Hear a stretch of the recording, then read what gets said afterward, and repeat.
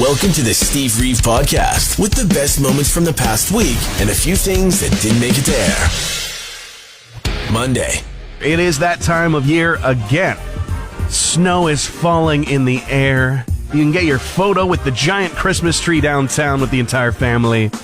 It's a celebration. And it's also that time of year again to hear those words. Yeah, time to try and sell anything on the local buy and sell pages, and here you have single-handedly ruined my or my child's Christmas because you're not selling your PlayStation 5 for $50 right now. You know, that kind of thing. Hey, I'm not the one scheming at the last minute instead of being even just a little bit prepared for that thing that comes every single year, and we get the reminder earlier in the year, every single year. Yeah, that's the one that I'm talking about. I don't know if it's gonna fly, you guys. You know what you need to do? Figure it out. You figure it out. Figure it out. Figure it out. Figure it out. Figure it out. Figure it out. Figure it out. You figure it out. Yeah, figures it out. Funko Pop figures, those little vinyl figures with the beady little eyes, they've made a trio of the members of Blink-182. And for the first time ever in Funko Pop history, they're nude, they're naked. It's the What's My Age Again music video. You remember, they're all pixelated. Same thing for the heads.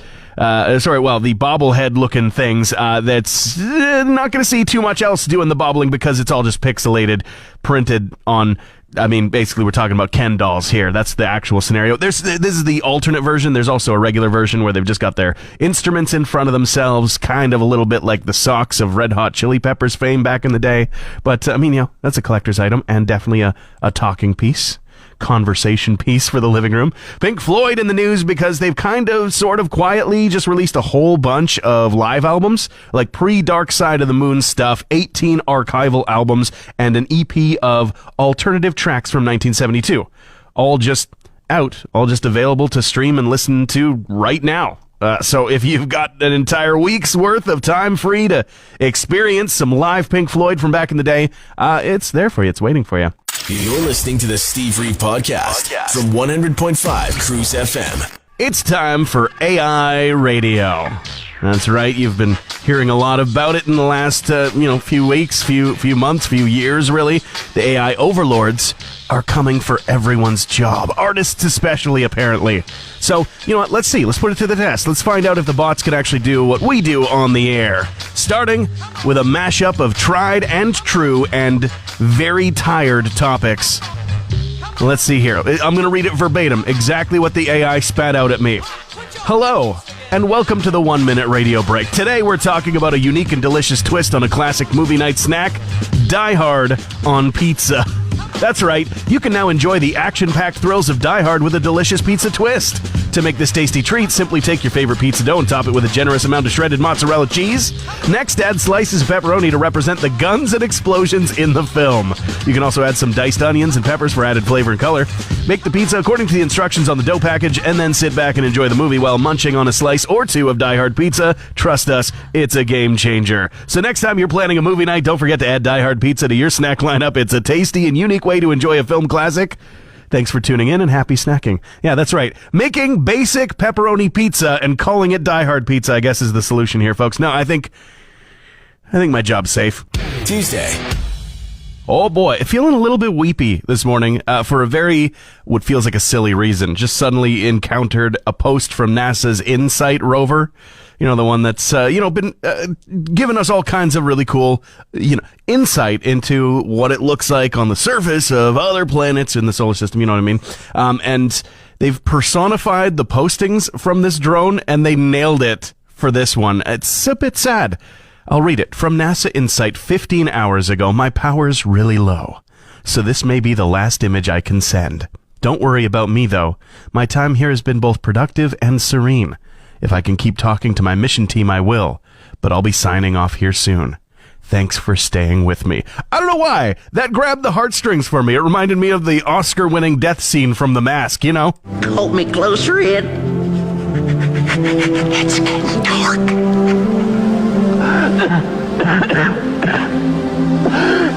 Tell Annie M to let old Yeller out. Tell Tawny Tim I won't be coming home this Christmas. I don't know why, but the coughing makes it so much funnier. Might be a bit difficult to get to Newfoundland for Christmas this year. WestJet has canceled several flights, apparently. I was just reading about this, into the Maritime Province, and some travelers have even reported that they have been told that the soonest that they can fly is Boxing Day. Not too far away, but still a little bit past the date, right? Totally sucks. I feel for you if this is something that's affecting you directly right now. But, in my family, it's never been about locking into the actual day of a celebration, and if those celebrations need to be offset by a little bit, no problem, right? Birthdays, holidays, whatever. As long as we do get to do it together, or at least over FaceTime, more so these days. But still, it is hard to see a silver lining in the midst of the bad news. Feels not good. Not good at all. The good news, though, is that this could make a decent plot for a Christmas movie.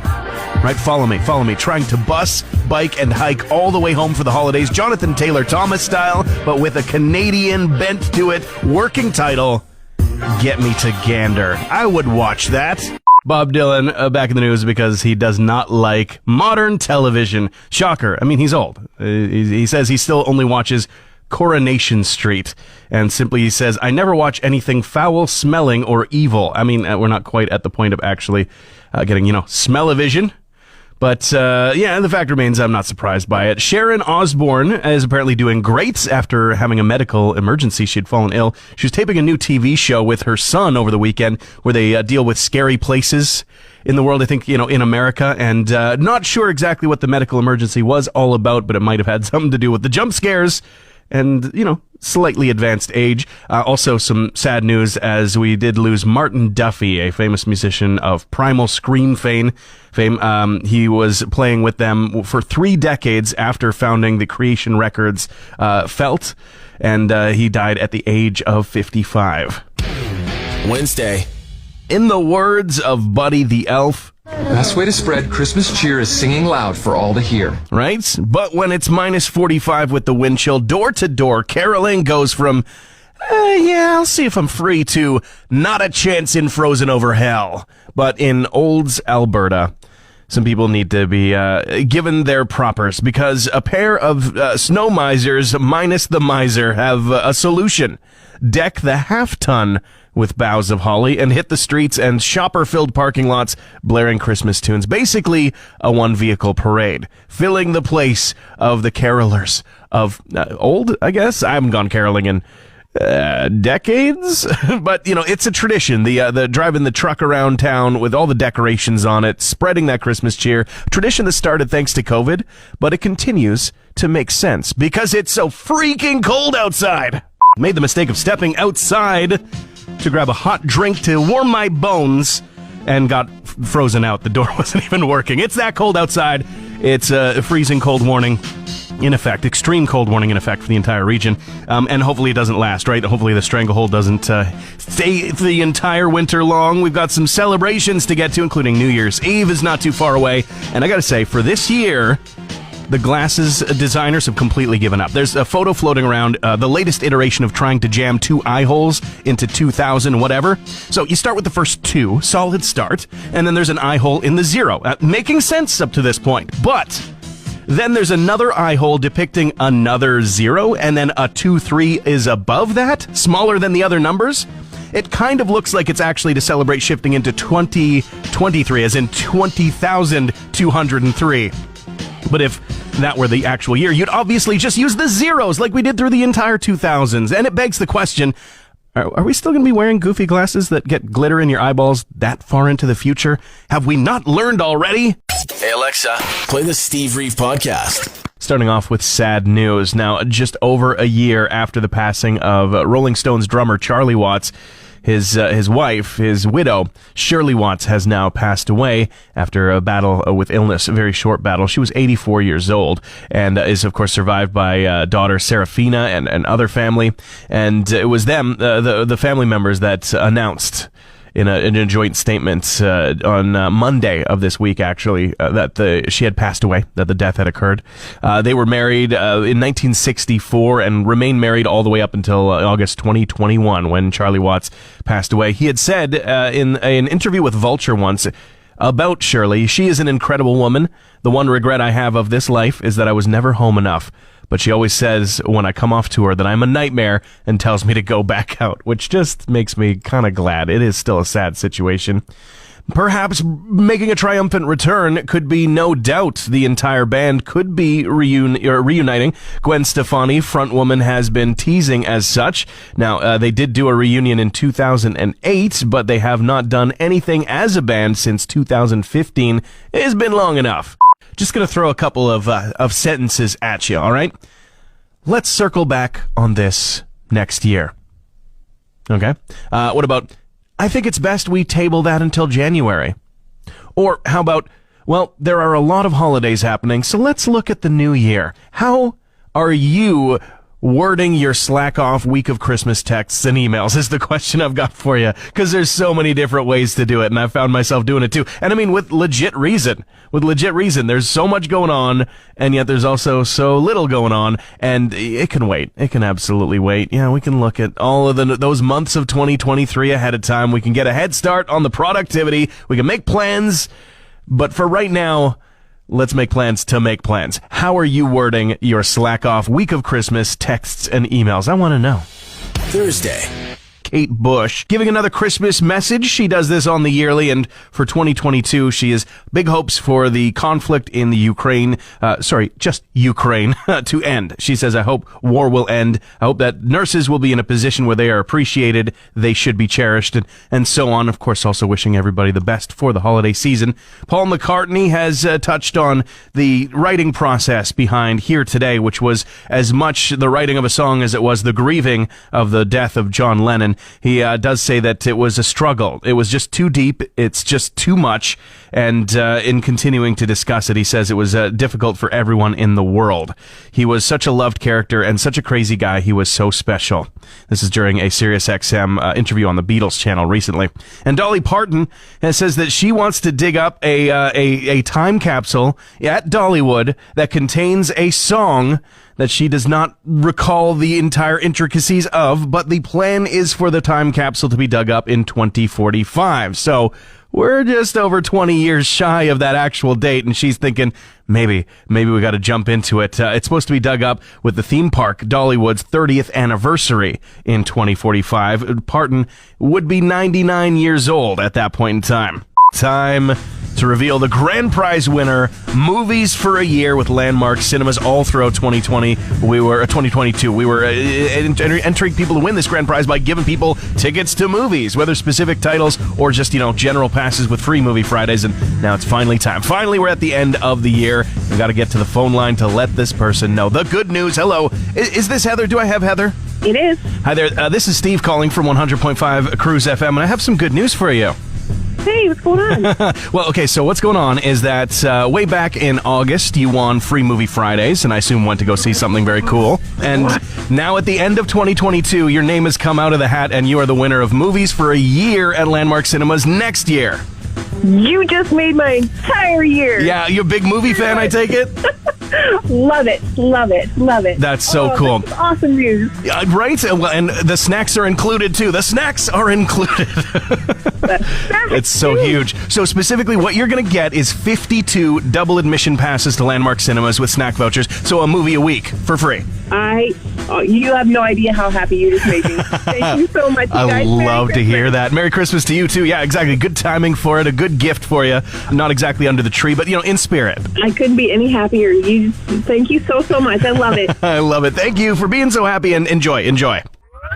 Thanks for listening to the Steve Reeve Podcast from 100.5 Cruise FM. There's a chip on my shoulder about how cold it is, for sure. They say that swearing helps with pain and extreme temperature tolerance, right? They've done studies to this. It actually is this weird psychological effect. I think it's absolutely true, because when it gets this cold, I walk around swearing like a flipping docker. I'm inventing new swear words out there, I swear. Forever frozen into the atmosphere with my little clouds of breath. I sound like the dad from A Christmas Story fighting the furnace when I'm out there in this cold. heat of battle, my father wove a tapestry of obscenity that, as far as we know, is still hanging in space over Lake Michigan. Scrod, dumb, friend, house, stickled piper! Friday.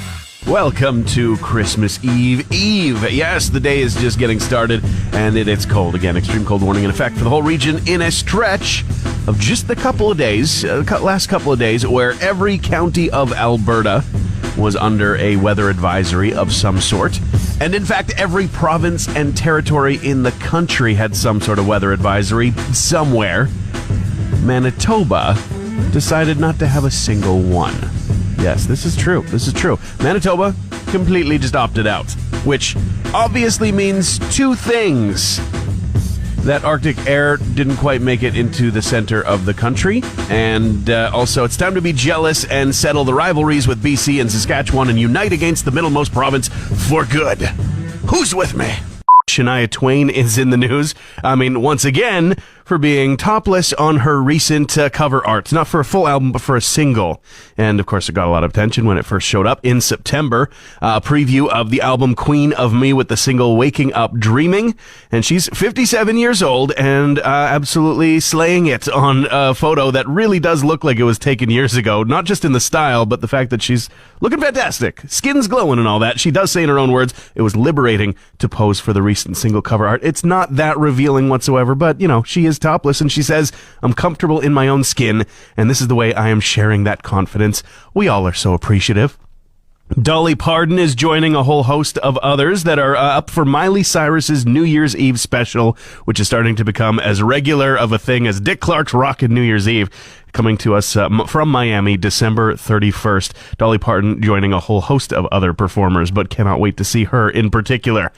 And sad news to end off the headlines for this morning. Tom Bell, who is a absolute legend in the soul music world and from Philadelphia, a singer, a songwriter, has passed away at the age of 79. Especially throughout the 60s as well as the 70s. He was integral in a lot of different bands, and the way that their sound was created.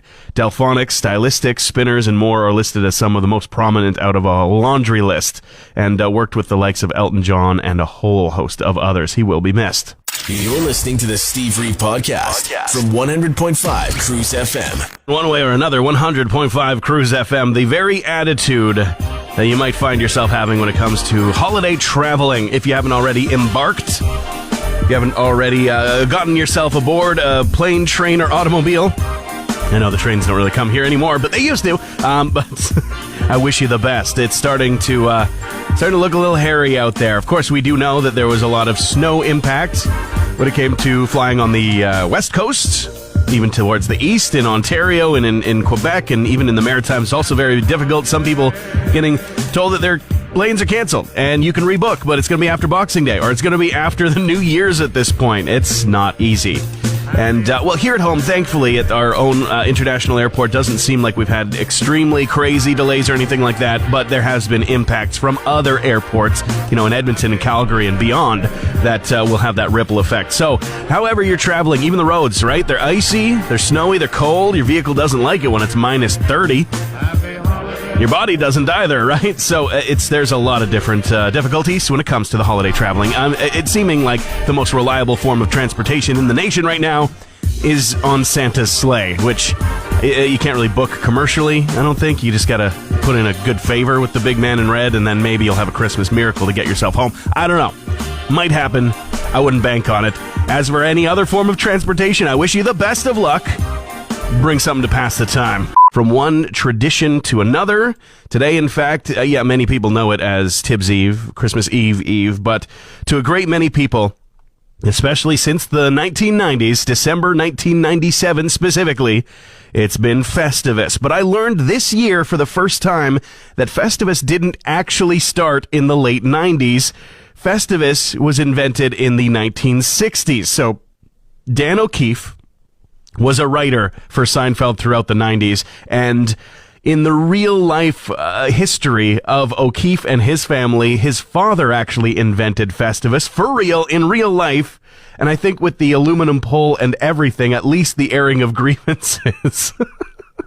I love it. And the fact that there's real truth to this. I mean, I thought it was based on some sort of true story, but not directly. The name and everything. Festivus lives on in Seinfeld because of the O'Keefe family tradition, and there are some traditions associated with it, of course. And at the Festivus dinner, you gather your family around and tell them all the ways they have disappointed you over the past year. And is there a tree? No, instead there's a pole.